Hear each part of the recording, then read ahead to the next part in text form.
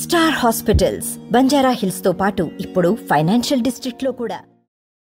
మొత్తానికి బీఆర్ఎస్ ప్రభుత్వం ఓడిపోయింది, కాంగ్రెస్ ప్రభుత్వం గద్దెనెక్కింది. అసలేంటి ఇప్పుడున్న రాజకీయ పరిస్థితులు ఎలా ఉన్నాయి ఏంటి అని శాసన మండలి డిప్యూటీ చైర్మన్ బండా ప్రకాష్ గారు మనతో ఉన్నారు. ఆయనతో అడిగి తెలుసుకుందాం. సార్ నమస్కారం. సార్ నమస్కారం. సార్ ఏంటి సార్ ఎలా ఉంది సార్ ఇప్పుడు పరిస్థితి? ఇప్పుడు 10 సంవత్సరాలు అయితే పాలించారు, కాంగ్రెస్ ప్రభుత్వం వచ్చింది, ఎలాంటి పరిస్థితులు ఉన్నాయి? కాంగ్రెస్ ప్రభుత్వానికి కూడా ప్రజలు ఒక అవకాశం ఇచ్చినారు, కొంచెం వేచి చూడాలి. వారు అనేక హామీలు కూడా వారు కూడా ఇచ్చినారు. వారు రోజు సమీక్షలు నిర్వహిస్తున్నారు. మరి వారు ఇప్పటికే 1-2 హామీలని అమలు చేస్తున్నామని చెప్తున్నారు. మిగతా హామీలు కూడా చేయాల్సిన అవసరం ఉంది, బాధ్యత కూడా ఉంది వారికి. 100 రోజుల్లో అన్ని హామీలు అమలు చేస్తూ అన్నారు. వేచి చూద్దాం. హామీలన్నీ అమలు అయిన తర్వాత అసలు ఎట్లా ఉంటుంది ఏంటిది అనేది కూడా మనం చూడాలి, వేచి చూడాలి. ఇప్పుడే దాని మీద మనం కామెంట్ చేయకూడదు అనేది నా అభిప్రాయం. కాదు సార్, ఇప్పటికే మరి మన వాళ్ళు కొంత విమర్శలు అనేది చేస్తున్న పరిస్థితి ఉంది. దాని మీద వీళ్ళు కూడా అటాక్ చేస్తున్న పరిస్థితి. ప్రభుత్వం ఏర్పడి 1 వారం రోజులు కూడా అవుతుంది లేదు. ఇప్పుడే విమర్శలు ప్రతి విమర్శలు అంటే సరైనవి కావు. కాకపోతే ఎవరైనా గుర్తు చేయడానికి చెప్తే తప్పు లేదు, కానీ దాన్ని ఇప్పుడే ఏదో అయిపోయినట్టు విమర్శలు చేయడం సరైన పద్ధతి కాదు అనేది నా అభిప్రాయం. ఏదన్నా ఉంటే హామీలను గుర్తు చేయడం తప్పేం కాదు. మీరు ఇట్లా అన్నారు, ఇది చేయండి అని చెప్పడం తప్పేం కాదు, కానీ అంతకు మించి ఇంకా వేరే విమర్శలు చేయడం సరైన పద్ధతి కాదనేది నేను అనుకుంటాను. ఎందుకు సార్, ఎందుకు బీఆర్ఎస్ పార్టీ ప్రజలకి ఇచ్చిన హామీ మేరకే కాకుండా ఇంకెక్కువ పథకాలు కూడా ఇంప్లిమెంట్ చేసిందని చెప్పుకున్నాము, అయినా ఎందుకు ఓటమి పాలైంది అనుకుంటున్నాం?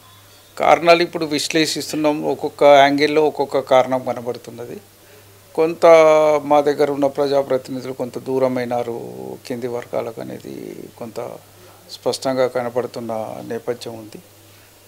అదేవిధంగా కొన్ని పథకాలు అన్ని వర్గాలకు ఆకర్షించకుండా కొన్ని వర్గాలకే పరిమితమైన నేపథ్యంలో కూడా కొంత మిగతా వర్గాల నుంచి వ్యతిరేకత వచ్చిందనేది కొంత ఉన్నది.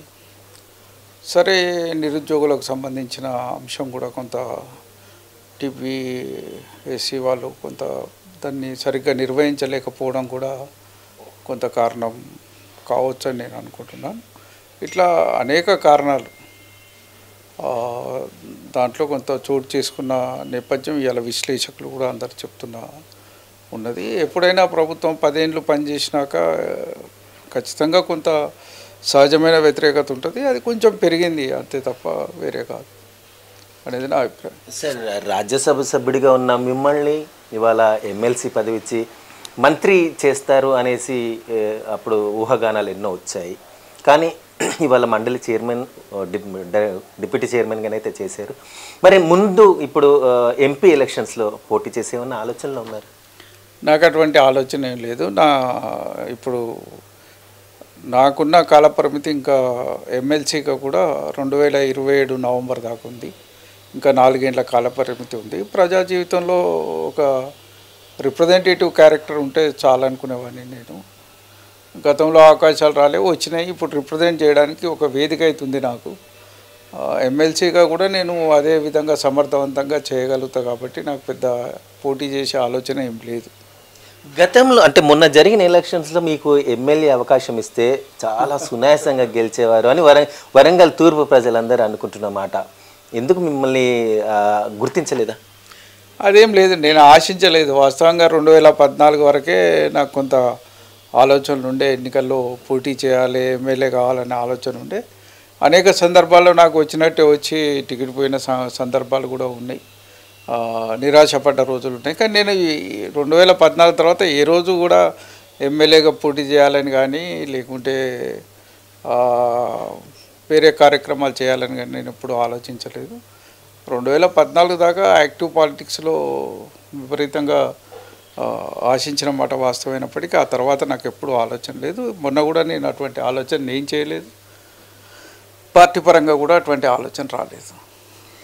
కేసీఆర్ గారికి గాయమైంది, మీరు వెళ్ళి పరామర్శించారా? ఎలాంటి పరిస్థితి ఉంది? ఆయన ఎప్పుడు కోలుకునే అవకాశం? పరామర్శించినాను. గతంలో కూడా వారికి ఇంకోవైపు గాయమైంది. ఇప్పుడు రీప్లేస్మెంట్ జరిగింది. 6 వారాల నుంచి 8 వారాలు పట్టవచ్చు కోలుకోవడానికి అంటున్నారు. వారు కాస్త బలమైన విల్ పవర్ ఉన్న వ్యక్తి కాబట్టి తొందరగానే కోలుకుంటున్నారు. కాకపోతే హాస్పిటల్లో కొంత ఎక్కువ మంది విజిటర్స్ పోవడం వల్ల కూడా కొంత డిస్టర్బ్ అవుతున్నది. వారికి ఇన్ఫెక్షన్స్ రాకుండా ఉండాలంటే విజిటర్స్ కొంచెం తక్కువ ఉండాలని వారు కూడా అప్పీల్ చేసినారు. అయినప్పటికీ కొంత తాకిడి తప్పలేదు. వారు ఖచ్చితంగా కొంత విశ్రాంతి తీసుకుంటూ వారు డాక్టర్స్ చెప్పిన రోజు కొంత నడక చేయడం అది ఇది చేస్తే ఇంకా త్వరలో కోలుకుంటారని అనుకుంటున్నాం. బహుశా జనవరి ఆఖరు మ్యాక్సిమం ఫిబ్రవరి రెండవ వారానికి వారు పూర్తిస్థాయి ఆరోగ్యకరంగా మళ్ళీ అన్ని కార్యక్రమాల్లో పాల్గొంటాడని ఆశిస్తున్నా. నేను అనుకుంటా రెండవ విడత మా సమావేశాలు జరిగే టైం, బడ్జెట్ సమావేశాల టైం వరకు కూడా వారు సంపూర్ణ ఆరోగ్యంతో అసెంబ్లీ సమావేశాలకు హాజరవుతారని నేను అనుకుంటున్నాను. రైట్, చూస్తున్నాం ఇలా తెలంగాణ రాష్ట్రంలో బీఆర్ఎస్ పార్టీ గెలవకపోవడానికి కొన్ని సమీకరణాలు ఉన్నాయి, వాటిని మేము పరిశీలిస్తున్నామని చెప్తా ఉన్నారు. ఇవాళ రేవంత్ రెడ్డి గవర్నమెంట్ కొత్తగా ఏర్పడ్డది. వారు ఏదైతే ఇచ్చిన హామీలు నిలబెట్టుకుంటే బాగుంటుంది, 100 రోజులైతే గడువు ఇచ్చారు, ఇప్పటికీ 2 ఇంప్లిమెంట్ చేస్తున్నారు. అయితే దాని మీద పెద్దగా విమర్శించాల్సిన పనేం లేదు, వేచి చూస్తే బాగుంటుందని చెప్తా ఉన్నారు. అలాగే కేసీఆర్ గారు త్వరలో కోలుకుంటారు, కోలుకొని సభకు విచ్చేసి ప్రజా గలమెత్తుతారని చెప్పేసి బండా ప్రకాష్ గారు చెప్తున్నారు. అదే విధంగా ఇవాళ రాబోయే ఎన్నికల్లో కూడా నేను ఏ సీటు కానీ అవి కానీ నేను ఆశించట్లేను, కానీ ప్రజా జీవితంలో ఉండడం అనేది ముఖ్యమని చెప్పి మండలి చైర్మన్, డిప్యూటీ చైర్మన్ గారు బండా ప్రకాష్ గారు చెప్తున్న పరిస్థితి. కెమెరామెన్ రాజుతో నరేంద్ర, RTV న్యూస్, వరంగల్. మరిన్ని వీడియోస్ కోసం ఛానల్ ని సబ్స్క్రైబ్ చేయండి, లేటెస్ట్ అప్డేట్స్ కోసం వాట్సాప్ ఛానల్ ని ఫాలో చేయండి అండ్ లింక్ డిస్క్రిప్షన్ లో ఉంది.